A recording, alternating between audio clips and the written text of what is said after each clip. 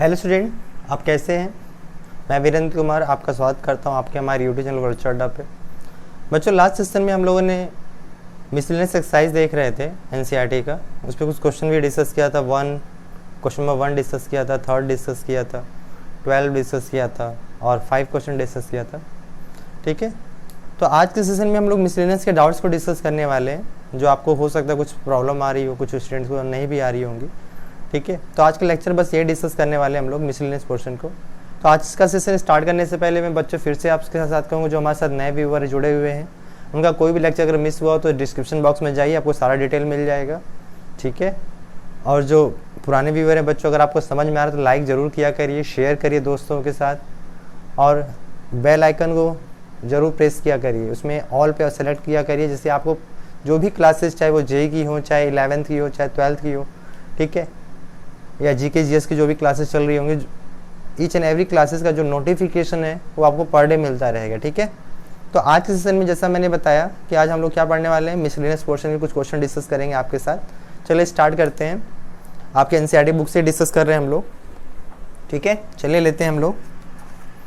जैसे मेरे पास आप देख रहे हैं कि मेरे पास एनसीईआरटी बुक मैंने भी लिया हुआ है। देखिए, क्वेश्चन नंबर 7 डिस्कस कर रहा हूँ मैं आपके साथ। आज हम लोग एनसीईआरटी बात करेंगे बच्चों, एनसीईआरटी बुक की बात कर रिस्पेक्ट में बात करने वाले हैं। क्वेश्चन नंबर 7 डिस्कस कर रहा हूँ मैं। पेज नंबर है 100। देखिए लिखा हुआ फॉर व्हाट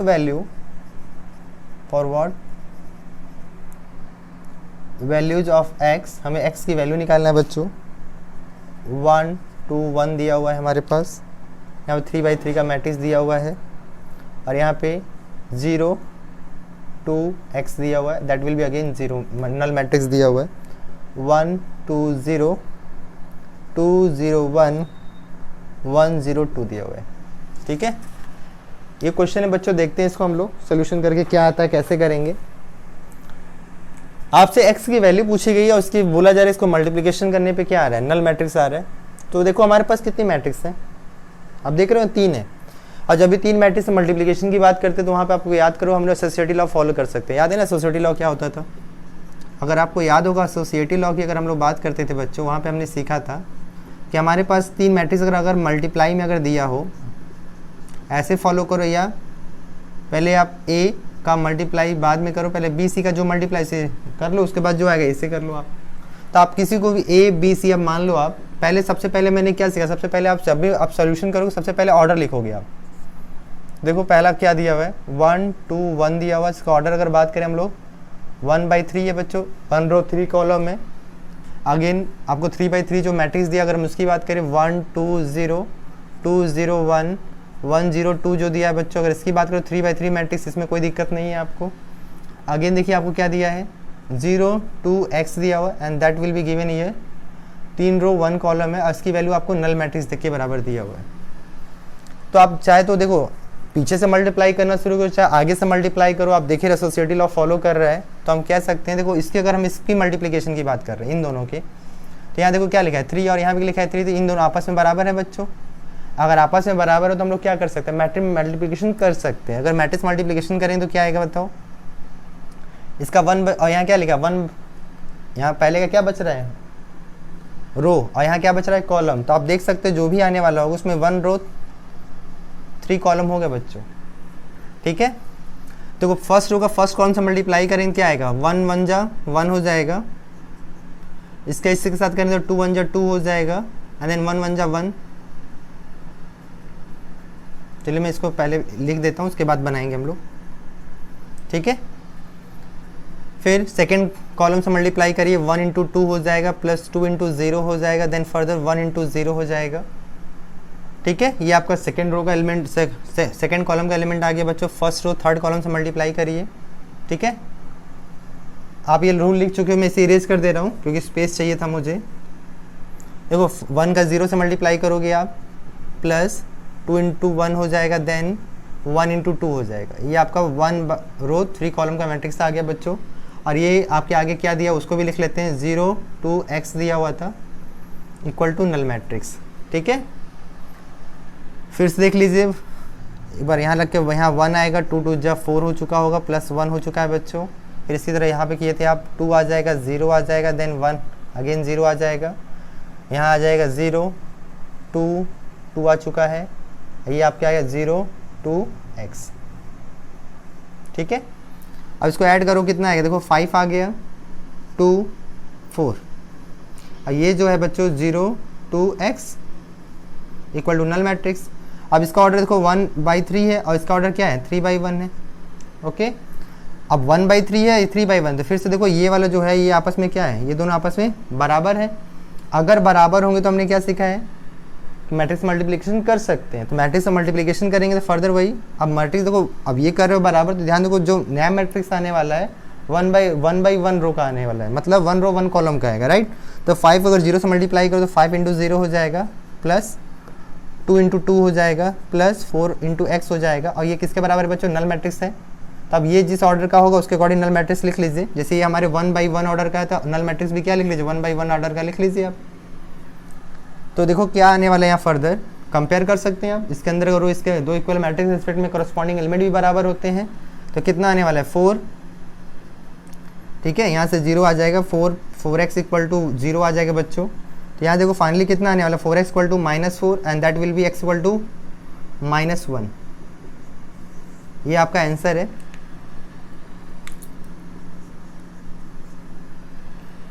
ठीक है, मैं फिर से बता रहा हूँ बच्चों, ध्यान रखो, आपको पीछे से भी मल्टीप्लाई कर सकते थे आप, क्योंकि एसोसिएटिव लॉ लग रहा है तो आप समझ ही रहे हो कि आगे करो चाहे पीछे करो मीनिंग सेम होगा। ठीक है, तो एक बार देख लो आप। ठीक है, कि आपको समझ में आना चाहिए कि आप जो कर रहे हो वो सही है बच्चों। ठीक है,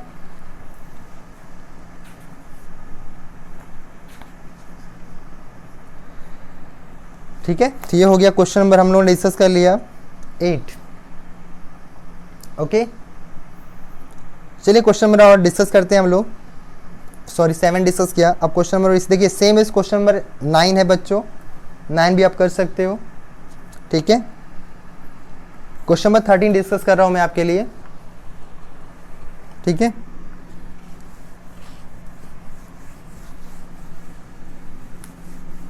अगर आपके पास भी कोई क्वेश्चन जो आप हमसे पूछना चाहते हैं, वो चाहे RS अग्रवाल हो चाहे RD शर्मा हो बच्चों, ठीक है, या NCERT एग्जाम्पल का हो, तो आपको करना है कि आपको जैसे मैंने पहले बताया फेसबुक पेज पे जाइए, वहाँ पोस्ट कर दीजिए। ठीक है, फ़ोटो खींच के वहाँ अपलोड कर दीजिए कि आपके जो नेक्स्ट सेशन में डाउट जरूर लिए जाएंगे बच्चों। चलिए क्वेश्चन लेते हैं। क्वेश्चन नंबर 13 ये आपका MCQ बेस्ड है बच्चों, मल्टीपल चॉइस क्वेश्चन है ये। इसमें दिया है इफ़ A इक्वल टू आपको दिया हुआ है alpha beta gamma minus alpha दिया हुआ है, इज सच दैट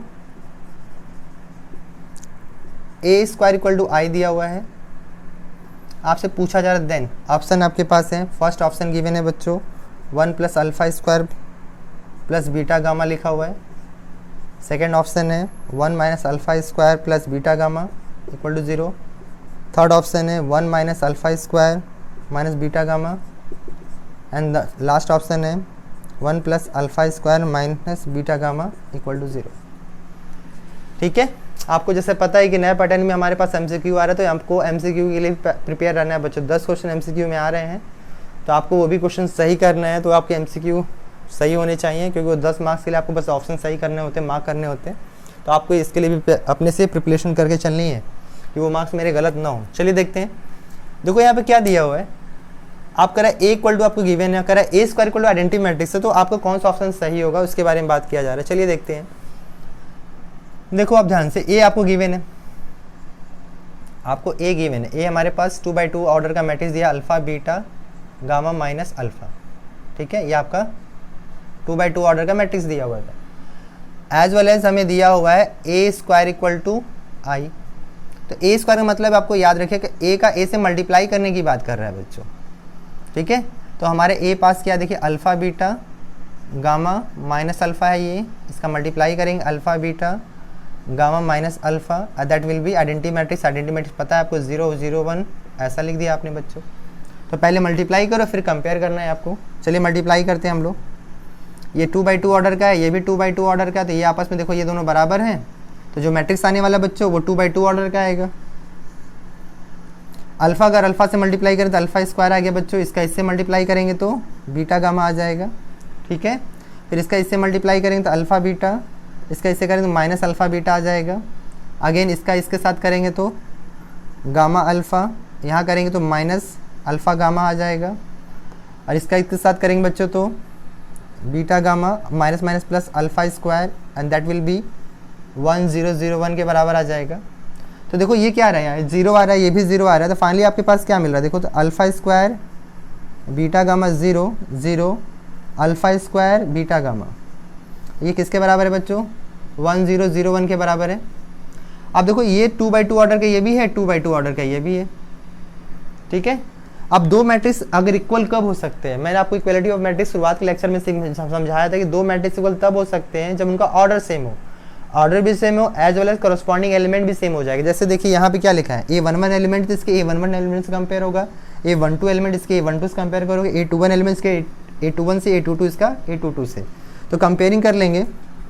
तो यहाँ से देखो क्या मिलने वाला है कि alpha square plus beta gamma जो है इक्वल टू 1 आ जाएगा बच्चों। तो या इसको लिख सकते हो alpha square plus beta gamma -1 equal to 0। तो आप देख सकते हो कौन सा ऑप्शन सही दिख रहा है आपको। देखो सारे ऑप्शन में क्या किया गया है, राइट हैंड साइड शिफ्ट किया गया। अगर राइट हैंड साइड शिफ्ट कर देंगे कितना आ जाएगा, -1 उधर जाके +1 हो चुका होगा, ठीक है। Minus alpha square minus beta gamma है इक्वल टू 0। तो 1 minus alpha square minus beta gamma आप देख सकते हो सी ऑप्शन करेक्ट है, ठीक है। तो आपको समझ में आ गया होगा कैसे करना। तो बस क्वेश्चन बहुत ईजी होता है, बस आपको फॉलो करना है। ओके चलिए देखते हैं आगे। आई होप आपको क्लियर हो गया होगा। ये जो भी क्वेश्चन डिस्कस करें बच्चों, आपने हमसे पूछा हुआ है, इस वजह से मैंने डिस्कस कर रहा हूँ। आपसे लोगों की तरफ से मेरे पास बहुत सारी इंक्वायरी आई थी, ठीक है, व्हाट्सएप पे, फेसबुक पे, ठीक है। तो उसके थ्रू हमने लिया हुआ है क्वेश्चन। क्वेश्चन में नेक्स्ट देखते हैं बच्चों, क्वेश्चन 14। क्वेश्चन 14 तो बहुत इजी, बस समझने की बात है। Page number 101। 14 कह रहा है if the matrix A is both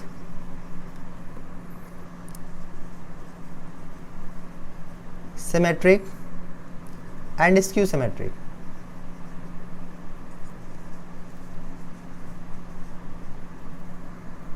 then पहला ऑप्शन दिया है बच्चों आपके पास A is diagonal element, diagonal matrix। Second option दिया हुआ है A is a zero matrix। C option दिया है A is a square matrix, and D option दिया है नन ऑफ द एबव। ठीक है बच्चों, चलो देखते हैं। इस क्वेश्चन में ध्यान दो, आप इस क्वेश्चन को समझना है कि आपने कितने अच्छे से कंसेप्ट को समझा है। जो मैंने आपको टाइप्स ऑफ मैट्रिक्स के सेकंड लेक्चर से समझाया था बच्चों, उस पे पूरा का पूरा बेस्ड है ये क्वेश्चन। समझते हैं कैसे है। देखो आप कह रहे हैं कि एक मैट्रिक्स ए लो आप, जो क्या हो, सिमेट्रिक भी हो, स्क्यू सिमेट्रिक भी हो, ठीक है। अब एक बात, तो डायगोनल मैट्रिक्स अगर बात करते हो, कोई भी डायगोनल मैट्रिक्स ले लो, आपको समझाने के पॉइंट ऑफ व्यू से बात करते हैं। ऑप्शन मैं चेकिंग के हिसाब से बता रहा हूँ। अगर कोई कहता है हम सर एक मैट्रिक्स ले लेते हैं, डायगोनल मैट्रिक्स, सपोज ए ले लिया मैंने, वहाँ पे 1 2 3 लिख देता हूँ मैं, ठीक है। अब इसका ट्रांसपोज निकालो, क्या आएगा देखो तो, 1 0 0 आ जाएगा, 0 2 0 आ जाएगा, ठीक है, 0 0 3 आ गया। मतलब ये ए के तो बराबर हो गया। मतलब ए ट्रांसपोज किसके बराबर आ रहा है, ए के तो बराबर आ रहा है बच्चों। ये तो सिमेट्रिक फॉलो कर रहा है कि ये सिमेट्रिक मैट्रिक्स हो गया, ठीक है। But A dash transpose equal to -a के तो बराबर नहीं आ रहा है ना बच्चों। मतलब ये नॉट सिमेट्रिक है, ये नॉट स्क्यू सिमेट्रिक है ये, क्योंकि दोनों फॉलो करना चाहिए, एक नहीं। तो ऑप्शन ही तो ऐसे ही गलत हो जा रहा है, क्योंकि हमें डायगोनल मैट्रिक्स वैसा लेना होगा कि जो दोनों को फॉलो करे। तो यहाँ तो देख रहे हो 1 2 3 अगर ले रहे हैं सपोज, ठीक है, तो अगर मैं ट्रांसपोज निकाल रहा हूँ तो आपको वापस किसके बराबर, सिमेट्रिक मैट्रिक्स हो जा रहा है ये तो। जबकि हमें ऐसा मैट्रिक्स लेना, आप देखो सिमेट्रिक भी फॉलो करे और स्क्यू सिमेट्रिक भी फॉलो करे, ठीक है। तो ऑप्शन ए गलत हो गया, ठीक है। ऑप्शन बी के पास चलते हैं। ऑप्शन बी क्या कह रहा है, कह रहे A is a null matrix, zero matrix. अगर ए हम जीरो मैट्रिक्स लेके चलते, देखो सपोज मैं 3/3 का लेके चल रहा हूँ या 2/2 ही ले लो आप, कोई फर्क नहीं पड़ता, वो आपके ऊपर है क्या लेते हो आप। अगर हम इसका ट्रांसपोज लें बच्चों तो बताओ क्या आने वाला है, अगेन वो नल मैट्रिक्स ही आएगा। मतलब इसको लिख सकते हैं ए बराबर, मतलब हम यहाँ से कंक्लूड कर सकते हैं ये सिमेट्रिक है, ठीक है। अगर मैं सपोज मैं A dash equal to minus times में जीरो अगर लिख दूं ऐसा कुछ, तो कोई फर्क पड़ेगा क्या? जीरो में माइनस साइन से मल्टीप्लाई करेंगे तो भी कोई फर्क नहीं पड़ने वाला बच्चों, दैट विल बी माइनस ए के बराबर हो जाएगा। और यही किसके बराबर हो जाएगा? Skew symmetric. तो मतलब आप देख सकते हो कि ये ऑप्शन सही है कि ए हमारा नल मैट्रिक्स होगा, जो हम ट्रांसपोज करने पे देखो वापस सिमेट्री भी लिख सकते हैं, और माइनस अगर साइन कॉमन भी ले लें तो जीरो में कोई फर्क नहीं पड़ने वाला है बच्चों। तो finally A dash equal to क्या आ जाएगा? माइनस ए आ जा रहा है, तो ये हमारा कंडीशन होता था स्क्यू सिमेट्रिक मैट्रिक्स का। तो अब बी ऑप्शन करेक्ट हो जा रहा है। अब सी करे एज स्क्वायर मैट्रिक्स। अगर सपोज अगर कोई कहता है सर मान लीजिए सी ऑप्शन क्यों नहीं हो रहा है, तो सी ऑप्शन के लिए ऐसा सोचो आप, मैं ये लिख के समझा दे रहा हूँ। देखो मैं छोटा एग्जाम्पल ले रहा हूँ, 1 2 3 4। मान लीजिए मैं 2/2 ऑर्डर का मैट्रिक्स लेता हूँ, ठीक है, ये भी तो स्क्वायर ही है। ट्रांसपोज लोगे तो 1 2 3 4 आ जाएगा। क्या ये ए डैश बराबर ये सिमेट्रिक के लिए है फॉलो बच्चों? ये तो इसको ही फॉलो नहीं कर रहे हैं और ना ही स्क्यू सिमेट्रिक को फॉलो कर रहे हैं, तो इसलिए थर्ड ऑप्शन तो गलत है ही बच्चों। तो ये भी गलत हो गया है, and last option none of the above लिखा ही हुआ था। तो आप देख सकते हो B option is the correct option.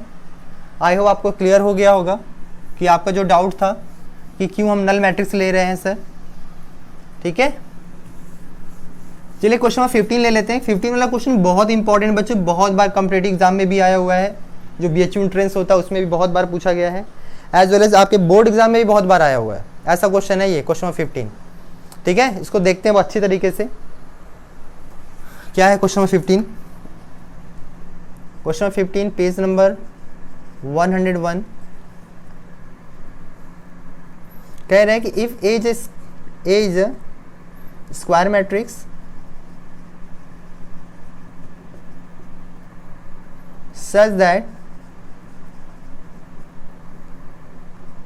a square equal to a, then 1 plus a whole cube minus 7a की वैल्यू बताना है बच्चों। क्या आएगा? ऑप्शन है a, सेकेंड ऑप्शन है i माइनस a लिखा हुआ है, थर्ड ऑप्शन है आपके पास i लिखा है, एंड लास्ट ऑप्शन है 3a, ठीक है। इसको देखते हैं हम लोग। देखो हमारे पास क्या दिया, करे ए हमारे पास स्क्वायर मैट्रिक्स और ए स्क्वायर इक्वल टू ए दिया हुआ है हमें, ठीक है। तो आप ऐसा सोचो आप कि अगर हमें गिवन है ए स्क्वायर इक्वल टू ए, ठीक है, और हमसे पूछा क्या गया है, देन हमसे पूछा गया है 1 प्लस ए होल क्यूब माइनस 7a के बारे में पूछा जा रहा है। तो पहले आप देखो इसको एक्सपेंड करना चाहते हो तो पहले आपको a प्लस बी का होल क्यूब का फॉर्मूला याद होना चाहिए, जो क्लास 9th में सिखाया जाता है बच्चों। a cube plus B cube plus 3ab bracket में a प्लस बी ऐसे लिख लो, या इसको आप ऐसे भी लिख सकते हो a क्यूब प्लस को पहले लिख दो आप, बाइनोमियल थ्योरम जानते हो आप, इसको ऐसे भी लिख सकते हो बच्चों, ठीक है। बाइनोमियल थ्योरम से भी देख सकते हो, क्लास 11th में जो पढ़ा है आपने। तो ये a मान लो, इसको b मान लो आप, ठीक है। तो क्या आ जाएगा, देखो 1 क्यूब आ जाएगा, ठीक है, या 1 नहीं बच्चों, आइडेंटिटी है लिखा हुआ है, आई है, आई लिखेंगे, आई क्यूब प्लस ए क्यूब प्लस, ठीक है। अब उसके बाद क्या दिया है देखो, चलो ऐसे लिखते, इस वाले फॉर्मूले पे लिख रहे हैं, 3 आई स्क्वायर ए लिख दीजिए प्लस 3 आई ए स्क्वायर लिख दिया जाए बच्चों, ए क्यूब लिख दिया आपने फर्दर माइनस 7a, ओके। अब देखो सिंस आप एक बात नोटिस कर सकते हो, आई हमारा आइडेंटिटी मैट्रिक्स से बच्चों, तो आई क्यूब की वैल्यू क्या आएगी, ऑलवेज आई आएगा। एंड अब ए क्यूब की अगर हम लोग बात करें बच्चों, तो ए क्यूब को क्या लिख सकते हैं, ए स्क्वायर इंटू ए लिख सकते हैं। और देखो A square equal to A हमें गिवन है, लिख सकते हैं A into A from equation first, okay. तो देखो फिर से ए स्क्वायर बन जाएगा, अगेन फ्रॉम इक्वेशन फर्स्ट लिखो, तो ये किसके बराबर आ जाएगा, ए मतलब ए क्यूब की वैल्यू जो थी हमारे पास वो किसके बराबर आ गई बच्चों, ए के बराबर। सो हमारे पास जो है आई प्लस ए का होल क्यूब है माइनस 7a जो है वो बराबर हो गया, आई क्यूब की वैल्यू कितनी होगी बच्चों, आई प्लस आई स्क्वायर की वैल्यू भी क्या हो जाएगी, इसी तरह आई स्क्वायर की वैल्यू भी बच्चों आप क्या लिख सकते हैं, आई लिख सकते हैं, ठीक है। 3ia हो गया यहाँ पे प्लस 3ia अगेन हो गया, और ए क्यूब की जगह ए लिख दिया बच्चों आपने माइनस 7a। अब a इंटू आई जानते हो वापस वही आ जाएगा, i प्लस 3a लिख सकते हो आप, प्लस 3a प्लस a हो जाएगा माइनस 7a। तो ये पूरा अगर आप ऐड करो देखो 7a हो जाएगा, ये 7 हो जाएगा, कैंसिल आउट हो गया, फाइनली क्या बच गया आपके पास i। तो आप देख सकते हो बच्चों C option is the correct option. एक स्टेप और लिख देता हूँ मैं आपके समझाने के लिए, i plus 7a minus 7a लिख दिया आपने, इससे इसे कैंसिल आउट कर आपके पास आइडेंटिटी मैट्रिक्स आ गया बच्चों। तो इस तरह ये पूरी कहानी थी, ठीक है। आई होप आपको पूरा समझ में आया होगा, इसमें कोई डाउट नहीं हुआ होगा, ठीक है। देखो बच्चों मैं फिर से बोलूँगा, अगर आपके पास कोई क्वेरी है आप जब तक मेरे पास भेजोगे नहीं मैं आपको रिजॉल्व नहीं कर सकता हूँ, ठीक है। क्योंकि आपकी क्वेरी जब आती है मेरे पास तो मुझे और अच्छा लगता है कि आप मेरी चीज़ों को समझ रहे हैं और पूछने की कोशिश कर रहे हैं, उसमें इंटरेस्ट दिखा रहे हैं। और लाइक ज़रूर किया करिए बच्चों, समझ में आ रहा है तो मैं फिर से बोलूँगा, आप लाइक करते हो तो ये समझ में आता है कि मैं जो समझाना चाह रहा हूँ पूरा का पूरा A to Z आपके दिमाग में जा रही है बातें, ठीक है। और कोई डाउट लगे या कुछ मिसकंसेप्शन हो कि सर ये नहीं ऐसा होना चाहिए, तो आप मेरे से, मैंने बोला ना हमारा कमेंट बॉक्स आपके लिए दिया हुआ है, आप हमसे डिस्कस कर सकते हैं, समझ सकते हैं, जहाँ गलती वहाँ बात कर सकते हैं, ठीक है। आई होप आपको समझ में आया होगा बच्चों। आज क्लास यहीं तक रहेगी, हम लोग नेक्स्ट क्लास में, ठीक है, डिटरमिनेंट स्टार्ट करेंगे, ठीक है। तब तक के लिए thank you so much, next class में मिलते हैं।